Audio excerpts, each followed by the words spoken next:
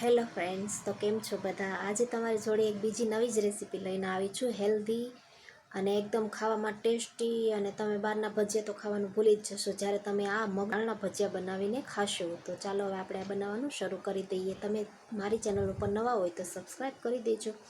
મારો વિડીયો તમને ગમે તો લાઈક કરી દેજો. 1 કપ મગની દાળ લઈ લીધી છે, ફોતરા વગરની.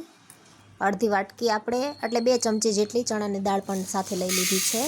એક બાઉલમાં આને કાઢી લઈએ.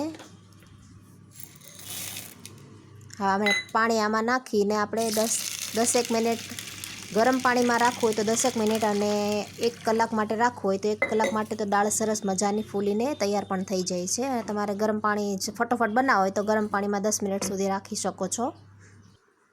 તો આપણી દાળ જો 1 કલાકમાં સરસ મજાની એકદમ આમ થઈ ગઈ છે, ફૂલી ગઈ છે, સારી રીતે પલળી ગઈ છે.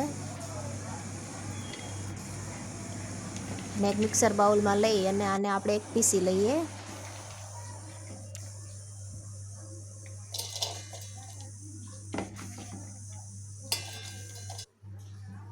આપણું બેટર આ રીતે દાણેદાર રાખવાનું છે, એકદમ ફાઇન પેસ્ટ નથી કરવાની. એક બાઉલમાં કાઢી લઈએ.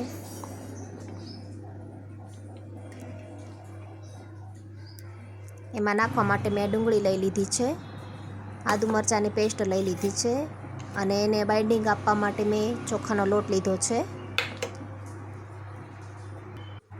આ બધું આપણે આની અંદર મિક્સ કરી દઈએ.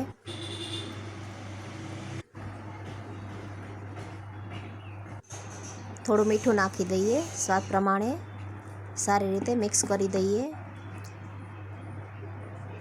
મસાલા નાખી દઈએ. હળદર લીધી છે અડધી ચમચી ધાણા જીરું લીધું છે. અડધી ચમચી આપણે કાશ્મીરી લાલ મરચું નાખી દઈએ. થોડા પાંદડા નાખી દઈએ. થોડા કોથમરીના પાંદડા નાખી દીધા છે, ને મિક્સ કરીને આપણે 10 મિનિટ સુધી ઢાંકીને રહેવા દઈએ, કેમ કે ચોખાનો લોટ ફૂલે ત્યાં. તો એકદમ ફ્લફી અને એકદમ સ્પોન્જી ગરમા ગરમ ભજીયા ખાવા માટે આપણે ખાટી મીઠી ને તીખી એક ચટણી બનાવી લઈએ. તો ચાલો આપણે ચટણી બનાવી લઈએ. ચટણી બનાવવા માટે થોડી કોથમરીના પાંદડા લઈ લીધા છે, થોડા દાળિયાની દાળ લઈ લીધી છે, 2 લીંબુના ટુકડા લઈ લીધા છે, 2 આદુના ટુકડા લઈ લીધા છે, થોડી ડુંગળી અને થોડા તીખા મરચાં લઈ લીધા છે. આ બધું મિક્સર જારમાં નાખીને ઉપરથી 2 ચમચી ખાંડ અને થોડું મીઠું નાખીને થોડું ઠંડુ પાણી નાખીને આપણે એની સરસ મજાની લીલીદમ ચટણી બનાવી લઈએ. તમે જોઈ શકો છો એકદમ લીલી ચટણી બનીને આપણી તૈયાર છે.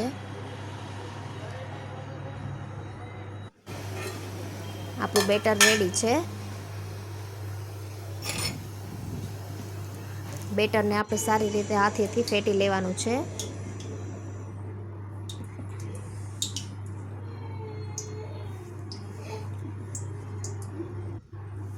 ઉપર થોડું ગરમ તેલ નાખીને સારી રીતે આપણે આને હાથથી ફેટી લઈએ.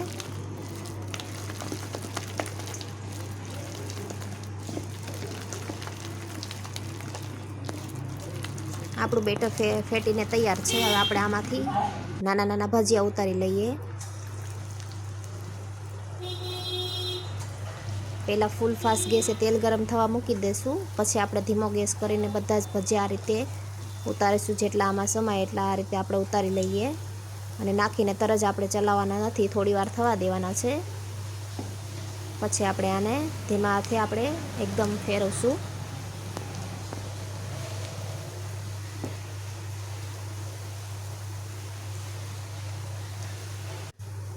ભજીયા છે તો હવે આપણે આને ચલાવી લઈએ.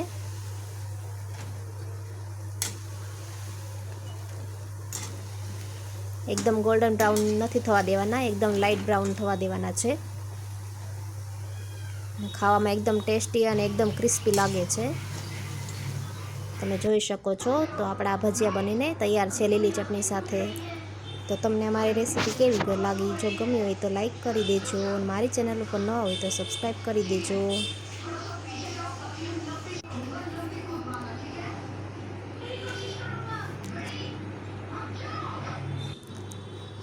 એક તોડીને પણ તમને દેખાડી દઉં છું. અંદરથી એકદમ સ્પોન્જી, જાળીદાર અને એકદમ આમ બહારથી એકદમ ક્રિસ્પી છે.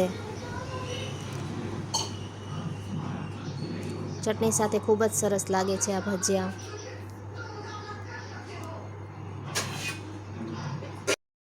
મારી આવી જ બધી રેસીપી જોવા માટે મારી ચેનલને સબસ્ક્રાઈબ કરી દેજો અને મારા વિડીયોને લાઇક કરી દેજો અને મારા વિડીયોને તમારા ફેમિલી જોડે શેર પણ કરી દેજો, જેથી કરીને મને ઘણો બધો સપોર્ટ મળશે. તો નિકિતા કુકબુકને સપોર્ટ કરવા ખૂબ ખૂબ તમારો સૌનો આભાર. તો આજે તમારી જોડે નવી જ રેસીપી લઈને આવી છું, રૂ જેવા એકદમ પોચા અને સોફ્ટ મુઠિયા. તો ચાલો આપણે હવે આ બનાવવાનું શરૂ કરી દઈએ.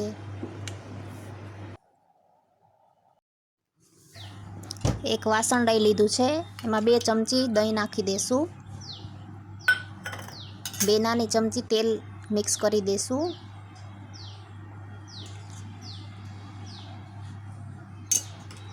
સારી રીતે મિક્સ કરી લઈએ.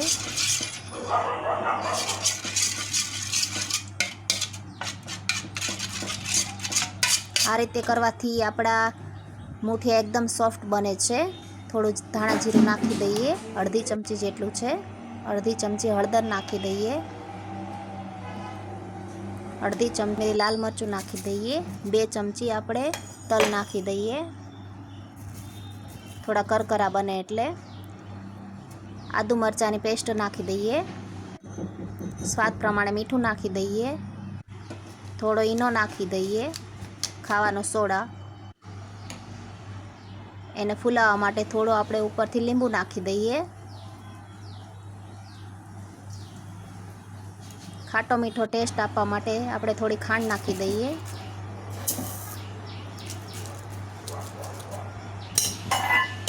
સારી રીતે મિક્સ કરી લઈએ.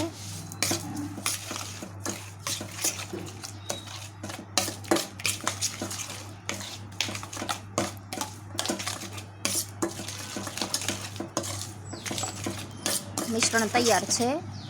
એની અંદર આપણે થોડો રવો નાખી દઈએ. તમારી પાસે કરકરો ઘઉંનો લોટ હોય તો રવો ન નાખવો. 2 ચમચી જેટલો રવો નાખ્યો છે. થોડી ધાણા ભાજી નાખી દઈએ.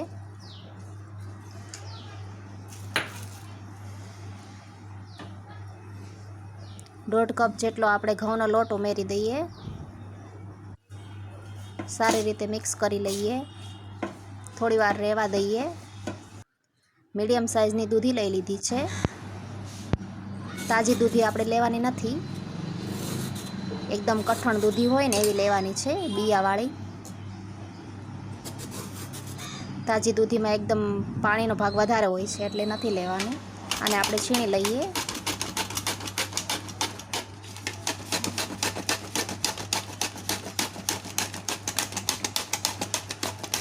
આ રીતે આપણે છીણ તૈયાર કરી નાખવાનું છે. તો બધું છીણ મેં તૈયાર કરી લીધું છે. દૂધીનો વચ્ચેનો ભાગ છે એ આપણે નથી એડ કરવાનો, એમાં પાણીનો ભાગ વધારે હોય છે એટલે આપણે ફરતો ફરતો ભાગ જ લઈ લેવાનો છે, ગર નથી લેવાનો. છીણ આપણે ઓલું બેટર હતું એમાં નાખી દઈએ.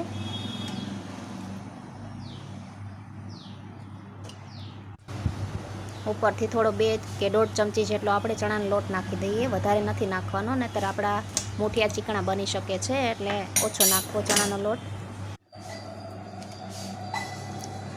આનો એક સરસ મજાનો આપણે લોટ બાંધી લઈએ.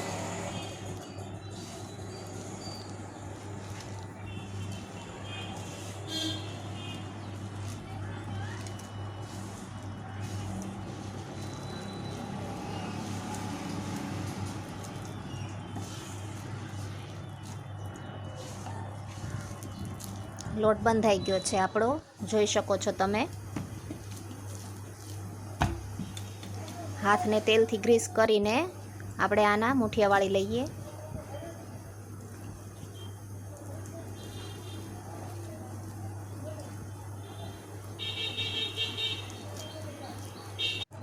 આ રીતના આપણે મુઠિયા વાળી લેશું. થોડા જાડા જ મુઠિયા રાખવા, જેથી કરીને કટ કરવામાં સહેલાઈથી આમ સરસ મજાનો શેપ આવે. આ રીતે કાણાવાળી જાળીને આપણે તેલથી ગ્રીસ કરીને એની અંદર મુઠિયા મૂકી દઈશું. પાણી ગરમ થવા મૂકી દીધું છે.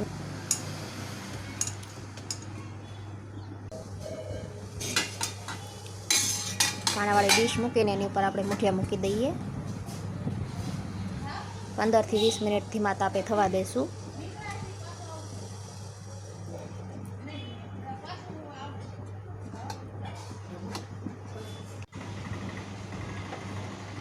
મુઠિયા સારી રીતે ગોઠવી દીધા છે અને થવા દઈએ 15 થી 20 મિનિટ સુધી. તમે જોઈ શકો છો મુઠિયા આપણા સરસ મજાના ફૂલીને બની ગયા છે. અને ઠંડા થવા દઈએ. ઠંડા થઈ જાય પછી જ કટ કરવા એટલે સરસ શેપ આવે એનો. આ ઠંડા થઈ ગયા છે એકદમ. અને સારી રીતે આપણે કટ કરી લઈએ. બહુ જાડા પણ નહીં, બહુ પાતળા પણ નહીં, એ રીતે કટ કરી લઈએ. આ રીતે કટ કરી લઈએ.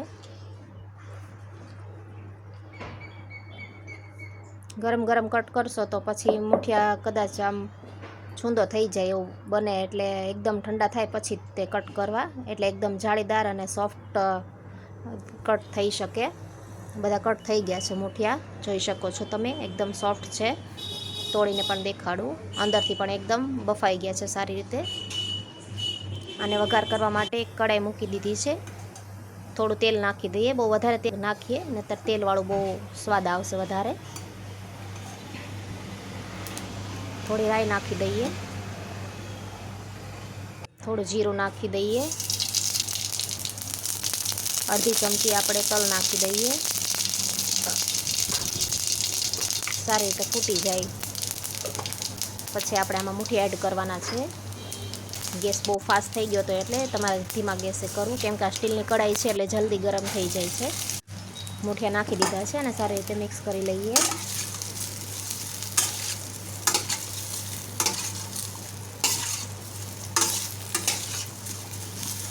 બહુ આપણે હળવા હાથે ચલાવવાનું છે, બહુ ફાસ્ટ નથી ચલાવવાનું. ઉપરથી થોડીક ધાણા ભાજી નાખી દઈએ તો આપણા મુઠિયા બનીને તૈયાર છે. એકદમ સોફ્ટ અને એકદમ આમ રૂ જેવા પોચા અને ખાવામાં પણ એકદમ હેલ્ધી છે. બાળકોને લંચ બોક્સમાં પણ તમે આપી શકો છો, બ્રેકફાસ્ટમાં પણ તમે ખાઈ શકો છો. તો છે ને જોતાં જ ખાવાનું મન થઈ જાય એવા. તો તમને મારો વિડીયો ગમ્યો હોય તો લાઈક કરી દેજો. મારી ચેનલ ઉપર નવા હોય તો સબસ્ક્રાઈબ કરી દેજો. તો છે ને જોતાં જ ખાવાનું મન થઈ જાય એવી રેસીપી આ છે વધેલી રોટલીના પાત્રા. તો તમને ગમે તો લાઈક કરી દેજો. મારી ચેનલ ઉપર નવા હોય તો સબસ્ક્રાઈબ કરી દેજો. તો કેમ છો બધા? આગળ જણાવેલી રેસીપી જે તમે જોઈ છે એ તમને ખાતા જ બનાવીને જ ખાવાનું મન થઈ જાય એવી રેસીપી છે કે તમે વારા ઘડીએ બનાવ્યા કરશો. અને બહારના પાત્રા તો તમે ભૂલી જ જશો કે ચાલો આપણે બહારના પાત્રા લાવીને ખાઈએ, તો તમે સાવ ભૂલી જ જશો. કેમ કે તમે રોટલીના પાત્રા આટલા સરસ બનાવશો ને કે તમે બહારના પાત્રા સાવ ભૂલી જ જશો. તો ચાલો આપણે આ રેસીપી બનાવવાનું શરૂ કરી દઈએ. તો એના માટે મેં આ સવારની 3-4 રોટલી વધેલી લઈ લીધી છે. જો આ રીતે 3-4 રોટલી લઈ લીધી છે મેં. હવે આ મેં મસાલા લઈ લીધા છે. આ મેં ઝીણી સમારેલી આપણે મેથી છે, પછી કોથમરી છે, પછી ઘઉંનો લોટ લીધો છે અડધો કપ, અને 1 કપ મેં ચણાનો લોટ લીધો છે. અને એમાં આમ વધારે આમ પડતું સરસ દેખાવા માટે આપણે એમાં તલ પણ લઈ લીધા છે. તો એક વાસણમાં આપણે બધી સામગ્રી ભેગી કરી લઈએ. ઘઉંનો લોટ પણ નાખી દઈએ, ચણાનો લોટ નાખી દીધો છે. તો થોડું મીઠું નાખી દઈએ સ્વાદ પ્રમાણે. રોટલીમાં પણ મેં મીઠું નાખેલું જ છે. અને થોડું થોડું કરીને પાણી નાખીને આપણે એનો એક સરસ મજાનો ઘોલ તૈયાર કરી નાખીએ. સારી રીતે ફેટી લઈએ. પાછું થોડું પાણી ઉમેરી દઈએ.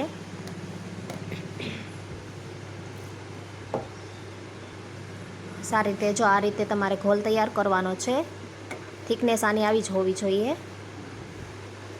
હવે આમાં તલ ઉમેરી દઈએ, 2 ચમચી જેટલા છે. કોથમરી ઉમેરી દઈએ, મેથી ઉમેરી દઈએ,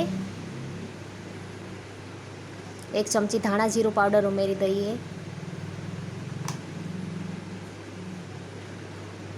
અડધી ચમચી હળદર ઉમેરી દઈએ, કાશ્મીરી લાલ મરચું અડધી ચમચી ઉમેરી દઈએ, તીખું લાલ મરચું થોડું ઉમેરી દઈએ, અડધી ચમચી ખાંડ ઉમેરી દઈએ, અડધા લીંબુનો રસ ઉમેરી દઈએ. તમે તીખું ઓછું ખાવું હોય તો તીખું મરચું સ્કીપ પણ કરી શકો છો. અને ખાંડ તમારે ખાટું મીઠું ખાવું હોય તો લીંબુ અને ખાંડ વધારી પણ શકો છો. તો આપણે આને હાથેથી સારી રીતે મિક્સ કરીને ફેટી લઈએ.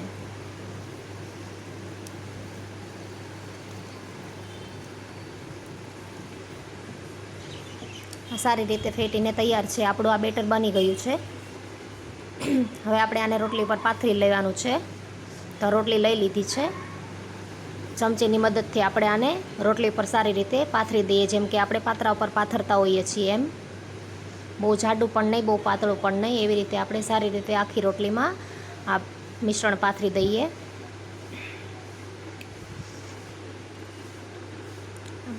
પાથરી લીધું છે. હવે બીજી રોટલીને પણ આપણે આ રીતે પાથરી લઈએ અને આ રીતે જો વાળવાની છે. પાતરાની જેમ આપણે વાળતા હોય ને એ રીતે વાળી લેવાની છે.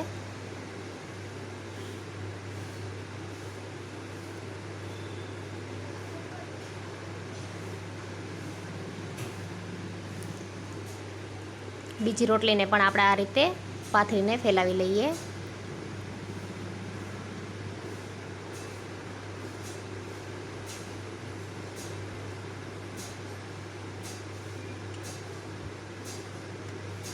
થઈ આ રીતે કરી નાખવાનું છે આપણે.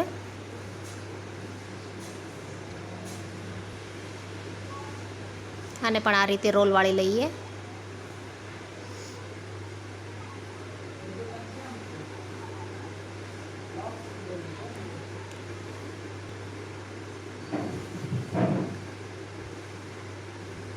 બીજી રોટલીનો પણ આ રીતે આપણે રોલ વાળીને તૈયાર કરી લઈએ. મેં આ 4 રોટલીનો આ રીતે રોલ વાળી લીધો છે. પાણી મેં સ્ટીમ થવા મૂકી દીધેલું હતું. એક ડીશમાં આપણે આવી જાળીવાળી ડીશમાં આવી રીતે તેલ પાથરી દઈએ, જેથી કરીને રોટલી છે એ ચોંટી ન જાય ડીશમાં. તેલ લગાવી અને પછી એના ઉપર આપણે આ બધા સ્ટીમરમાં મૂકીને પછી એની ઉપર બધા આપણે રોટલીના જે પાતરા બનાવેલા છે એ રોલ વાળીને મૂકી દઈએ.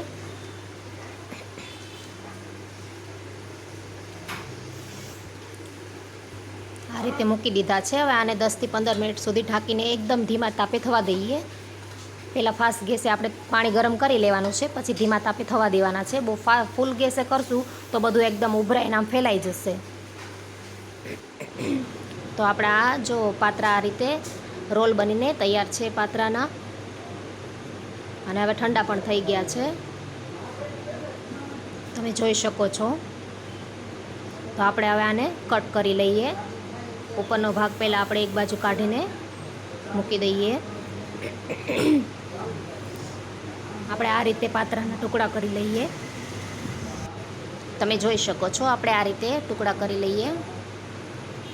તો તમે જોઈ શકો છો બહુ જાડા નહીં અને બહુ પાતળા પણ નહીં. અને આ રીતે પાતરાનો એકદમ અંદરથી તમે જોઈ શકો છો, એકદમ અંદરથી પણ એકદમ સરસ પાકી ગયું છે.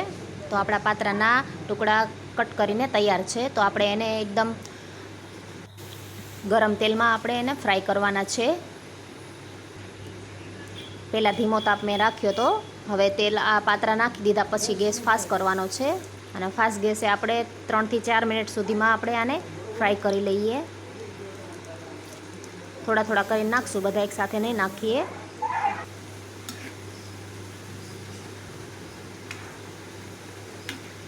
આને એકદમ હળવા હાથે થોડી થોડી વાર પલટાવતા રહીશું. એકદમ ગોલ્ડન બ્રાઉન થઈ જાય. જો આ ગોલ્ડન બ્રાઉન થઈ ગયા છે. તો હવે આને આપણે ઉતારી લઈએ. આ રીતે તમારે કરવાના છે. એકદમ ગોલ્ડન બ્રાઉન થઈ જાય એવા આપણે બીજા પણ નાખી દઈએ.